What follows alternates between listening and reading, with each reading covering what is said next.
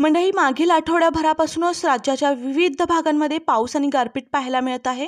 यामुळे शेतीचं मोठ्या प्रमाणात नुकसान झालं आहे। यामुळे शेतकरी हवालदिल झालाय। आता अशातच हा पाऊस राज्याच्या पुढील भागांमध्ये आणखीन 24 तास राहणार असल्याचा अंदाज आहे। हवामान विभागानं वर्तवलेल्या अंदाजानुसार विदर्भ आणि मराठवाड्यात पुढील 24 तासात पावसाचा अंदाज वर्तवण्यात आलाय। या परिसरात विजांच्या कडकडाटासह आणि ढगांच्या गडगडाटासह पावसाचा इशारा देण्यात आलाय। तसेच मध्य महाराष्ट्रातील धुळे, अहमदनगर, पुणे, सोलापूर, सातारा, सांगली, नाशिक आणि जळगाव या जिल्ह्यात मेघगर्जनेसह पावसाची शक्यता वर्तवण्यात आली आहे। मागील 2 दिवसांपासून अनेक ठिकाणी ढगाळ वातावरण आहे। नागपूर शहरात शनिवारी रात्री पावसाने हजेरी लावली, तर रविवारी सुद्धा सकाळपासूनच ढगाळ वातावरण होते।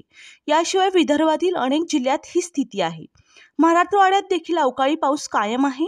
मुंबईच्या काही भागात पावसाची शक्यता आहे, तर पुढील 3 दिवस हा पाऊस कायम राहणार आहे। दुसरीकडे देशाची राजधानी दिल्लीसह उत्तर प्रदेश, राजस्थान, गुजरात, मध्य प्रदेश यासह अनेक राज्यांना पावसाचा इशारा देण्यात आलाय।